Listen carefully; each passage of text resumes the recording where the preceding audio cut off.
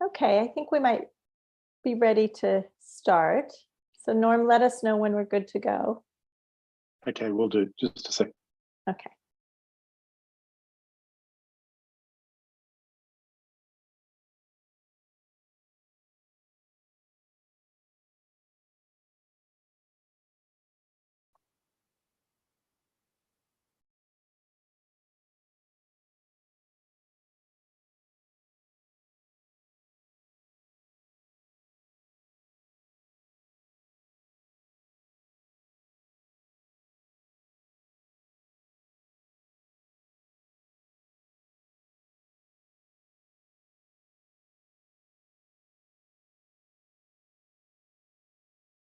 Hello, I am Erica Rose Jeffrey, and I am one of the directors of Dance for Parkinson's Australia. And I am thrilled that as part of our Creating Connections, Sharing Our Stories, a mini online creative aging festival, that we have the pleasure of sitting together in our virtual spaces to have a conversation with Dave Iverson. And I'm really looking forward to this conversation and exploring these ideas of creativity throughout a lifetime. Before going any further, I want to take some time to acknowledge the traditional owners of the lands that we're all zooming in from today. I am joining from Yagara and Turrbal lands near Meanjin or Brisbane. I want to pay my respect to elders past, present, and emerging, and to really honor the incredible power of stories throughout generations to bring us together, to help us to continue learning and to explore new ideas. So thank you all for joining today. I encourage you to use the chat function in the live stream to introduce yourselves. And as we proceed through this session, there'll be an opportunity for you also to add questions as we go. So without further ado, I'd like to introduce Dave Iverson, who is a former journalist, a writer, a producer, a creative spirit in many different ways. And that it feels like a wonderful connection, even though we're far away on different coasts, that we can be different parts of the world, that we can be joined together today. And through both your documentaries, so in terms of the film medium, but also through the written word, the incredible power of your storytelling, your experiences, sharing your own personal experiences of your journey, your family's journey, but also exploring some of those bigger life questions. So Dave, thank you so much for being with us today. I am going to turn it over to you. Thank you so much, Erica Rose, for that lovely introduction and that moving acknowledgement of the place where you're speaking from tonight. I really appreciate both of those things. And I'm delighted to be a part of this conference and this conversation today to talk about aging and creativity.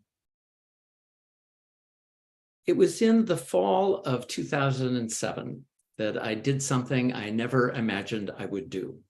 I moved in with my 95-year-old mom.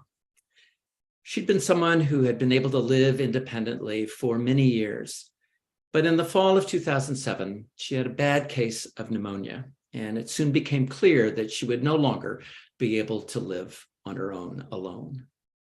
I was a documentary filmmaker and radio host living in San Francisco at the time. My life was very full, but it was also flexible. My mom and I had always been close. And so without a great deal more thought than that, honestly, at the age of 59, I moved back into my childhood home about 30 miles south of San Francisco. But of course, there was so much that I did not know about what lay ahead as a caregiver. I didn't know that caregiving would be so exhausting. I didn't know that it would reveal so many of my inadequacies, including my capacity for frustration and for anger. I didn't know that the Parkinson's disease I'd recently been diagnosed with would actually prove to be less challenging than being a caregiver. And I sure didn't know that after I moved in, my mom would live for another 10 years before passing away at the age of 105. That 10-year caregiving odyssey humbled me, changed me, and reoriented me, perhaps more than any other life experience. It was simultaneously the most challenging thing I had done, but in many ways also one of the most rewarding. And as odd as it may sound, it also turned out to be a particularly creative time in my life. It was during the decade that I was a caregiver that I made the two films that meant the most to me in my filmmaking career. A film about Parkinson's and the latest research surrounding Parkinson's for the PBS Frontline series, and a film about dance and Parkinson's called Capturing Grace. Now, I need to say right off the top that I never would have been able to make those films if I hadn't had help from some extraordinary home healthcare workers who stayed with my mom while I was at work. My caregiving duties were just nighttime and on through the weekend. But I don't really think those are the only reasons that I had such wonderful help that I could make those films. In fact, I don't think it was a coincidence at all that I made those particular films during that time. Yes, caregiving can be exhausting, but there are also moments when you feel like you understand life's purpose in a brand new way. You learn a lot about what matters and what doesn't. You learn that love and tears are almost always intertwined. In fact, you just learn a lot about love. And I think that meant that I was also drawn to trying to tell stories that embodied the sense of discovery and grace and love that people so often experience when they're confronting profound challenge.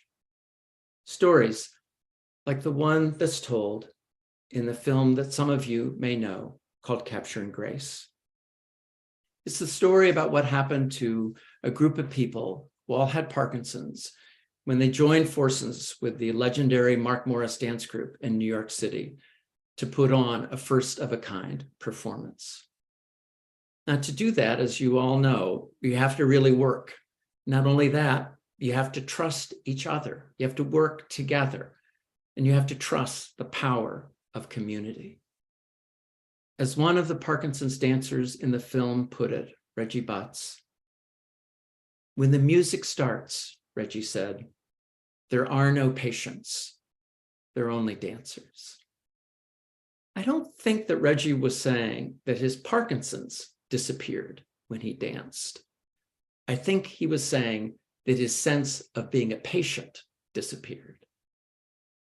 And just as those dancers depended on each other, I would never have made it as a caregiver without the community of women who assisted me.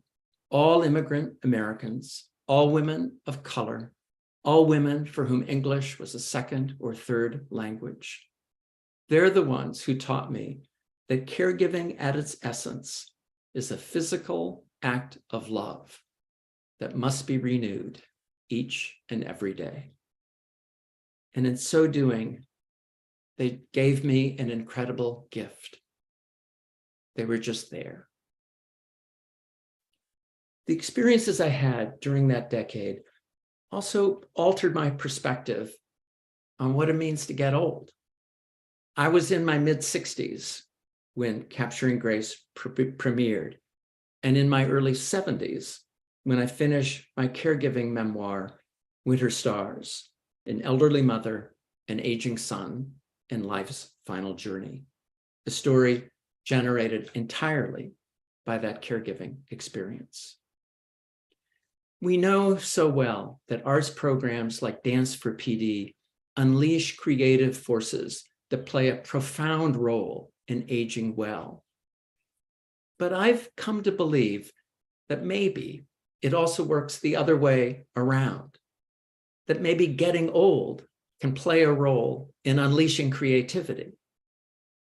Sometimes I think our creative abilities just require a little aging. Here's the last example of what I mean. Part of what I learned as a caregiver is that it's a little like having to be a jazz musician, only one that's unpracticed. Because caregiving is a call and response activity. You have to be nimble and able and willing to improvise, something I was never great at. You have to be fully present to each unfolding moment, which of course is an art in itself. It reminds me of the wisest thing I've ever heard anyone say about living with Parkinson's. And it's what Michael J. Fox once observed about a rule he first learned as an actor. Excuse me. When you're an actor, Fox says, you just have to focus on playing the scene you're in. You have a script, so you know how the story is going to end, but you can't act on that knowledge. You just have to play the scene you're in. It's true as an actor, Fox observes, and it's also true of living with Parkinson's. And I think it's also true of aging and of creating art. We just have to play the scene we're in. And when we do, each moment can become an act of creation. With that, I'll stop, and Erica Rose and I can begin our conversation. Thank you so much, Dave. What beautiful thoughts, and so much for me to ruminate upon in this moment, and so many sort of different things that I want to explore. I do want to invite everyone to put questions into the chat for the live stream, and we'll make sure to include them into this conversation. But I might start off with a few questions. And so the first one would be around, you mentioned this decision to move in with your mom and to become a caregiver not long after you were diagnosed with Parkinson's. And could you talk a little bit more about why you made that decision? And it seems like a complicated decision. Would love to know more about that. Yeah. Well, it should have been more complicated. I mean, yeah, sometimes people have put it a little more bluntly, and they've just said to me, what were you thinking? And the truth is, I didn't think about it enough, which this is probably the ultimate rationalization, but I'm glad actually that I did not, because then I'm not sure I would have done it. If I had known all that would lie ahead over the next decade, I'm not sure I would have made that choice. But as I say, my mom and I were really close. We also had a really easy bond. It's not to say I have two brothers, wonderful human beings, and who my mom loved every bit as much, if not more, than me. But we had a kind of easy relationship. I think that made a difference. But the other part of it really does have to do with Parkinson's. My mom was my first example of being a care provider. When she took care of my dad, my late dad, and my late older brother both had Parkinson's too. And it wasn't so much how my mom lived with my dad, it was how she cared for him, and how she did so much for him and with him. And I knew I couldn't replicate that. But when it came time that she needed me, I think there was part of me that felt like, in a way, this is kind of bringing my family's story full circle. My mom had cared for my dad who had Parkinson's. Now I had Parkinson's, but I was doing really well. It's my turn to care for someone in my family. And so in that sense, it was a way of bringing that story together for me. And while it would be immensely challenging, it was truly so deeply rewarding and so profoundly life-changing that I'm grateful I didn't think about it more. So you wouldn't go back and give yourself different advice at this point in time? Yeah, well, sometimes people ask me if I would do this again. And my answer is, I'd like to think I would. I think I would. I would be so much smarter about many things, and I would go into it with my eyes wide open, and I wouldn't make the same mistakes, but I'd make new ones. That's the thing. I mean, every caregiving circumstance is different, of course. And I think I'm also, I hope I've learned to be humble enough to think that, okay, I know some things, but I really don't know what lies ahead. And I have to be focused and tuned in and present for that, whatever that turns out to be.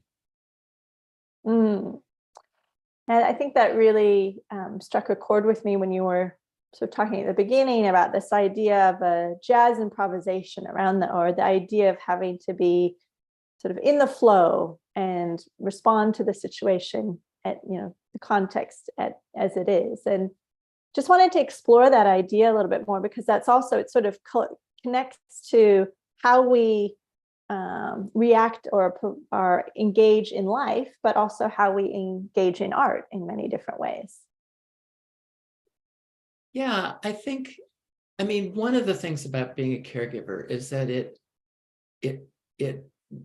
reveals your shortcomings like nothing else. It just pierces you. And so here's an example. I mean, one of my shortcomings is that I like being right about things, and I like explaining to you why I'm right about things. And if you're a care provider, especially if you're living with someone who develops dementia and then that dementia advances, being right is kind of completely worthless, right?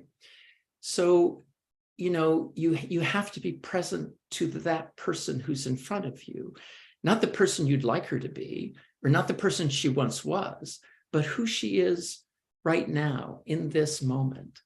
And I got better at that over time, but way more times than I'd like to remember, I would blow it, or I would say one of the least useful phrases in the English language, "Mom, don't you remember?"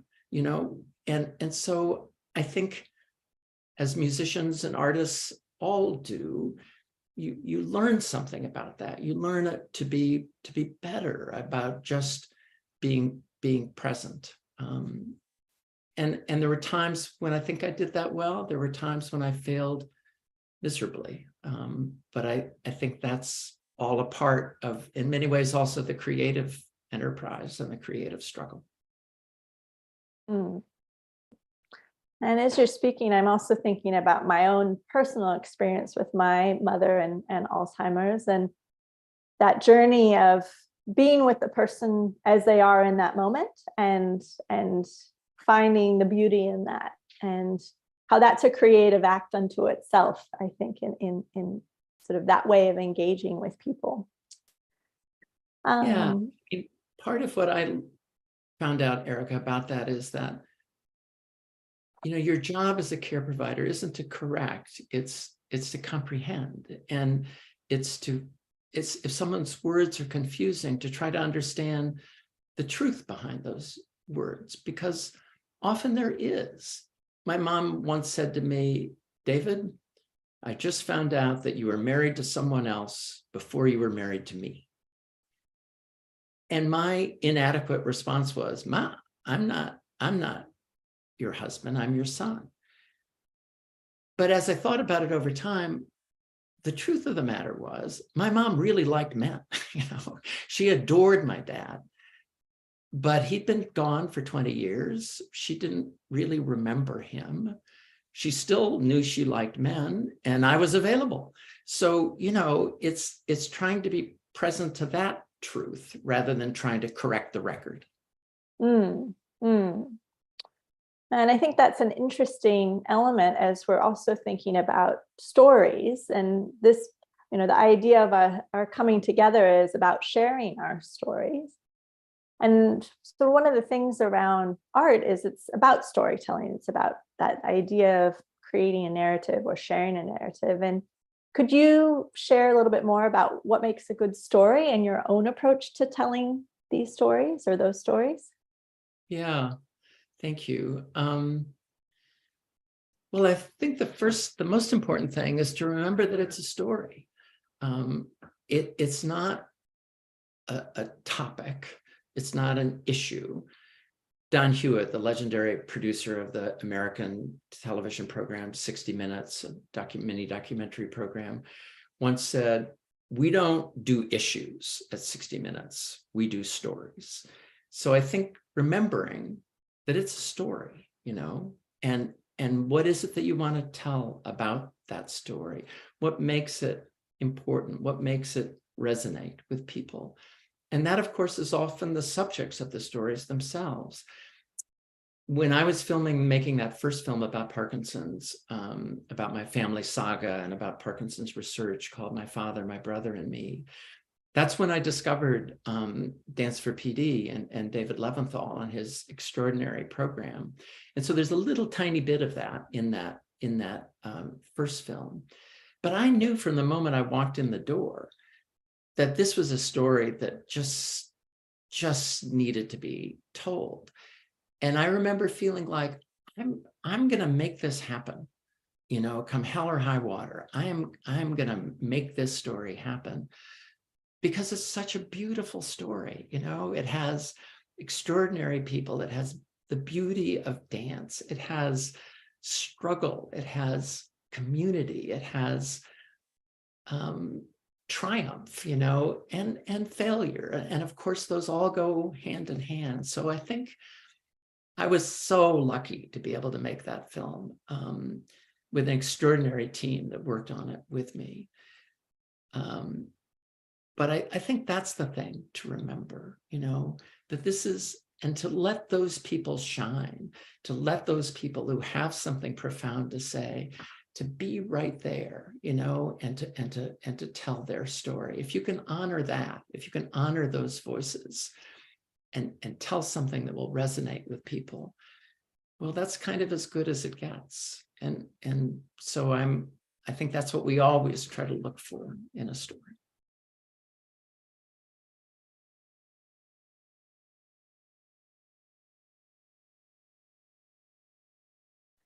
In thinking about those stories and also sharing your personal experience of your family's journey, how did you sort of negotiate that in terms of the personal, the public, the vulnerability around that? Yeah. In that longer documentary called My Father, My Brother, and Me, my mom is actually kind of the star of that film too. But it was a fairly traditional film in that I was the reporter. And yes, I had a personal stake in that story. And I remember early on, the editor at Frontline, I had a beginning that was sort of a traditional beginning. And he said something, I've always remembered this. He said, "Dave, people have to care about you before they're going to care about Parkinson's." And so, it turned it upside down, how that film actually began. But in many ways, I think Capturing Grace is a much more personal film, though you don't hear anything from me. I say an opening line of narration, and then you never hear from me again. But it's personal because the people in it are so powerful and so compelling and so revealing about themselves. And I think when I was writing the book about my mom, which I started writing little bits of while she was still living, just taking notes and thinking, not knowing it would become a book, but wanting to write and remember some of what happened. The one thing I knew was that if I was going to write it, I needed to be as candid and honest as I could about that story, and warts and all, and the one thing, the most common comment I get from other caregivers when they've read it is, "Thank you for being willing to admit that you got angry. Thanks for being willing to admit that there were times when you shouted at your mom." Because no one thinks that they're going to shout at someone you love, but you do, or at least I did. And I don't think a story is worth much if it's not honest. And I really appreciate your honesty and that ability to tell all the aspects of the story, not just perhaps the ones that you want, might be front facing, but what's also happening in that three-dimensionality around it. Erica Rose, I just had a thought that I'd like to add, if I may, Sure. which is about that call and response and sort of the nature of caregiving, that you have to adjust and respond. But that goes both ways. It's always worth remembering that the person you're caring for is adjusting too, and is challenged mightily by their experience, because they're not who they once were. And my mom was acutely aware of that often. And so there's a story I tell about how once I got really angry with my mom and she burst into tears. And my response in that moment was to say, go ahead and cry. And then I walked out of the room and I slammed the door and I went and stood in the garage. And I remember hearing the rain falling on the roof and just thinking, what is happening to me? And then walking back in, and I sat down next to my mom. And then I was the one who burst into tears. And she reached out to me, and all she said was, don't cry, David, don't cry. Well, who nailed the call and response, you know?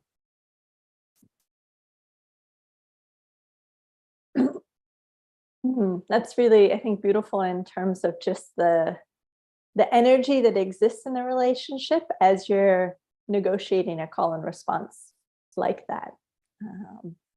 Yeah, beautiful story about your mom and that experience, even while being difficult in that way.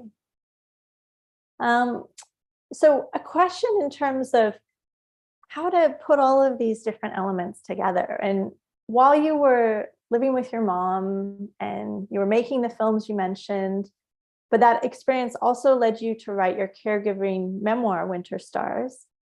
What did you do to find the time and space necessary to do that work, to create the book? And do you think that there's sometimes a danger in trying to do too much, to become so fixated on what you want to accomplish that you neglect other important aspects of your life, including your own health and well-being? Yeah, totally. Well, for starters, again, I was really lucky. I had these extraordinary women, one of whom was actually from Australia by way of Fiji. I'd actually like to mention their names. Mele Taufa, Sinai Latu, Eileen Khan, and Renette Morales. She was the one non-Pacific Islander from Nicaragua. So they were, they gave me the gift of time, and we became very close. And I learned so much from all of them in so many deep and profound ways. So making those two films, I could go back and forth. I could be at home. I was able to do that. The book, mostly, I kept a journal while I was caring for my mom, and I'd kept a journal most of my adult life. And so toward the end of her life, I started thinking about all that this experience had been and writing little bits, but often, here and there. It really wasn't until the end of her life that I had the space to really write this and turn it into a book. But to your last point about, can you sometimes go overboard? I think the answer to that is yes. Again, I'm incredibly lucky. I continue to do really, really well. The meds still work for me. I've been disciplined about getting exercise, but mostly I'm just really, really lucky to have a version of Parkinson's that's progressing so slowly. But I think there is a real danger, whether it's you have Parkinson's or something else, to feel like you're on the clock and you have got to accomplish certain things. And while I get that. I know that feeling. I think it is important, really important, to be aware of it and to listen to those around you who will tell you, you know what, you need to, you're forgetting to go for your daily 2-mile walk or whatever it happens to be. So I think that is, while I think you can continue to be creative and productive well into one of these conditions and well into life, late in life, I think being aware of the pitfalls and being tuned to that, and to have someone, if you're fortunate as I did, to keep you honest about that, really matters too. And I think that's a really key point around, in many ways, we're talking about the benefits, the wonders of creativity, of engaging in that practice, but there are also when that passion maybe takes you off course, that could also be a component of it. And just, I really appreciate your honoring of the whole network of people that have been involved in your caring journey, and the honoring of the women who have been part of that story for you, and feel that that's really, as we think about how we want to age in our own lives, but also on society in general, and how are we making that possible to have that kind of shared support in whatever way it might happen. Yeah, I wouldn't have survived without the women who I've mentioned. They were so incredibly wise. They, I've often said that they, if I fell flat on my face, they lifted me up. If I struggled, they just admired that I was trying. And we became close friends. We'd stay up late at night talking about our lives and loves and family. And we remain connected to this day, which I'm really grateful for as well. And it's something that, in this country at least, demands much more respect than it currently receives. According to the Brookings Institution, in the year 2019, the average home healthcare worker in the United States made $12 an hour. It's better than that where I happen to live in the San Francisco Bay Area.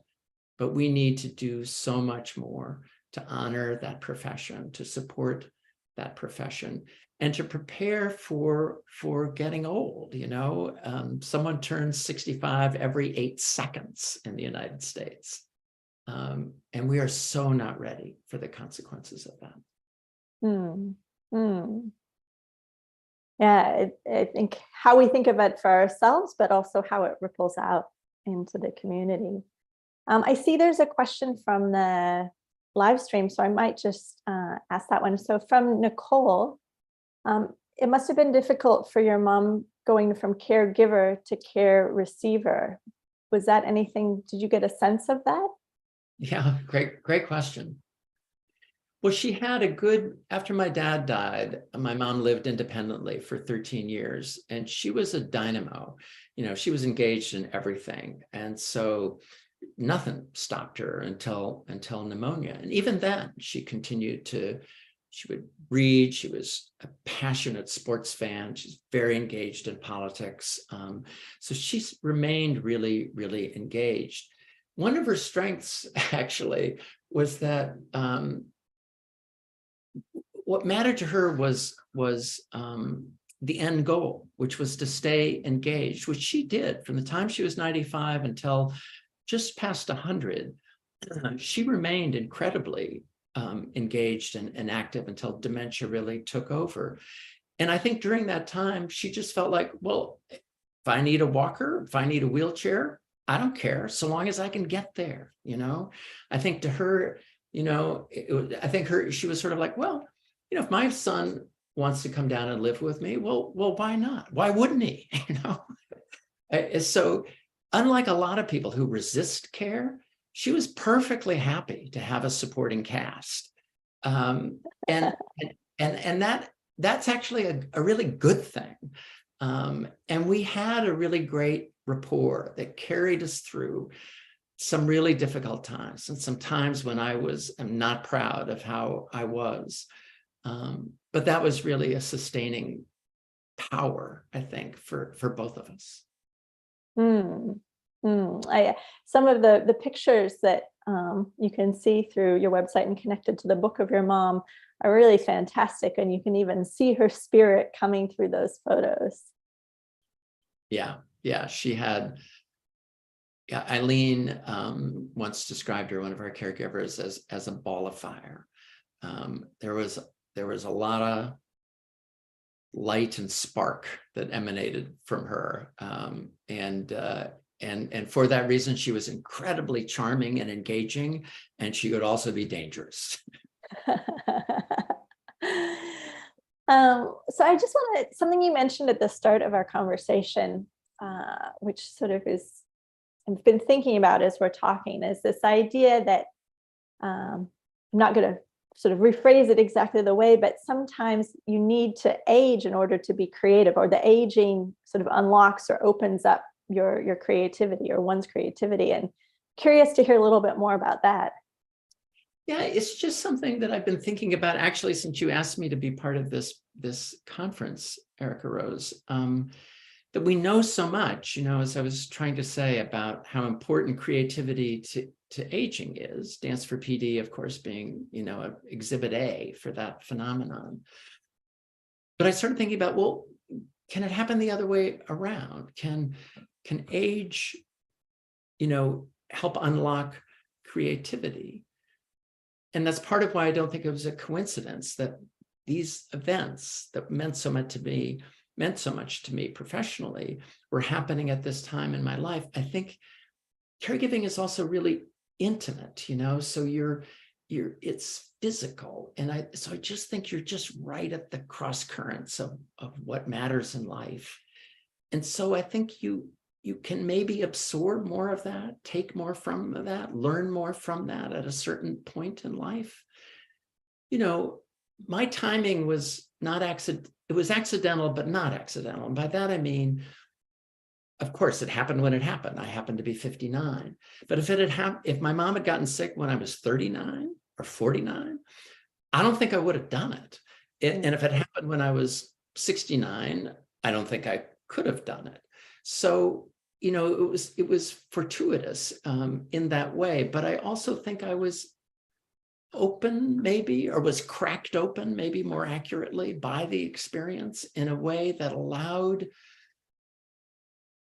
certain creative instincts to also come through, to try to honor stories like the people in Capturing Grace, but also the stories that emanated from my time with my mom. I just think maybe that's possible, that there is such a thing as the wisdom of elders, perhaps. I'm by no means there yet, but I don't know. I just think that's worth thinking about more, about whether it's not only creativity that's useful to age, but maybe aging is useful to creativity.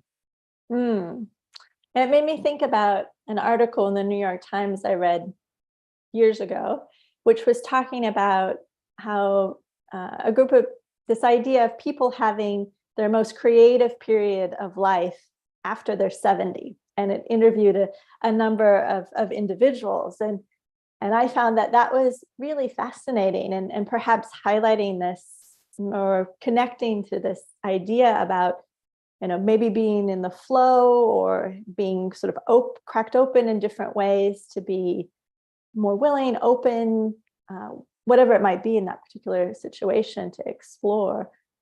So I think it's interesting that we're talking about creative aging, but also that idea that perhaps age allows more creativity, and that it's exciting to look at it from both ways.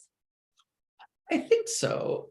I also think, though, it's probably worth underlining that there's a lot of good fortune in that, I'm at a place in life and have a degree of comfort that makes me extraordinarily privileged. So I don't want to be too blithe, light and airy about this, because I think there, if you're old and you're hungry or you're homeless or you're challenged or you're dealing with really difficult stuff, well, then your work is right there in the middle of that. You're not maybe going to be, so I don't want to be too casual in what I'm trying to say, but I do believe that if there is that possibility, at least if we're fortunate enough to be in a position to experience. Mm, mm. And maybe, I think as you're sort of highlighting perhaps, and actually this is connecting to a question that's just come through around perhaps having the time and space and financial security sort of allows a feeling of having less to lose. Would that? Totally. I mean, here's an example. The reason why I could have caregivers there during the day so that I could go to work and then I'd take over when I came home in the evening and through the night and on the weekend. The reason we could do that and pay for that care, which is quite expensive here in the San Francisco Bay Area, is primarily for one reason. And that's because my parents bought a home in Menlo Park, California, in what would become the heart of Silicon Valley in 1950 for $15,000. Now, by the time I moved in 2007, moved back to my childhood home, that house was worth just a little bit more, than that. And that meant I could borrow against it again and again and again and again to pay for that care. Mm. So that's just good fortune. That's all that is. It's not exactly a national elder care plan, I mean, it can't just be that, well, so long as your parents bought a home in Menlo Park in 1950, you'll be just fine. That doesn't go very far as a national care plan. That's what we have to focus on and think about. Getting loving care, as I believe my mom received, shouldn't be because you're lucky, shouldn't be because you have good fortune. It should be what we do to accompany our oldest citizens in life's final journey. And we have so far to go, at least in this country, to make that a reality. Definitely. And I think we see that in many places in the world and as well. Just one final question before we wrap up. So I know that you're now working on a new film, which also has to do with art and creativity and challenges, and also a link that I have as well. Could you tell us a little bit about that film? Yeah, sure. It was such a delight to learn that you were a good friend of the person who this film is largely about, Hadley Ferguson, who is an immensely talented artist living in Missoula, Montana, and who I've known for, 7 or 8 years through our mutual connection to the Parkinson's community, although Hadley now has a diagnosis of multiple system atrophy. Hadley called me up a year ago or so and said, Dave, I'm thinking about this, and my friend Catherine is writing something that I think is going to become a book, and you think it might be a film. And I was so sure when I finished Capturing Grace that would be my last film, and I felt like, I love this film, I love Capturing Grace. Filmmaking is really freaking hard. Do I want to make another one? No, I do not. Thank you very much. There are other things I want. But Hadley calls, and Hadley. And so I just felt like, she's just this extraordinary person. And if I could help make that a short film about her real, then yeah, I do want to do that. So, here we are again. But as you know well, she is an extraordinary person, as is her dear friend, Catherine Armston, who's also part of the film. And I'm lucky to now be working on that. Thank you. Well, I have to say that the ways of having that creativity come together, even while telling challenging stories, I think is really important in how we all share our humanity. And so thank you for continuing to be such an excellent, profound, thoughtful storyteller, and to help to share those stories in many different ways. Thank you. Yeah. Well, thank you so much for your time today. I feel like we could probably sit together and have talk for hours, but we do need to wrap up for today. And so I just want to say just a really big thank you to you, Dave, for joining us today for our Creating Connections, Sharing Our Stories events. And thank you for sharing the work that you're currently doing.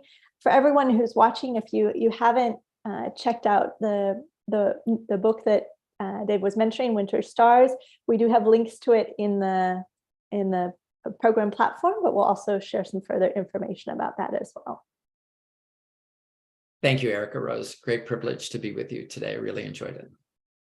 Thank you. And just to wrap things up for today, we've had an amazing first day for our Mini Online Festival. Encourage you, if you missed any sessions, they'll be available as videos on the ArtsFront platform. And tomorrow our session starts at 12:30 AEST, Australian Eastern Standard Time. So I will entrust you to calculate the time difference for yourselves, but look forward to you joining us tomorrow. Thanks, everybody. Thanks, Dave. Have a wonderful rest of your day. Good night.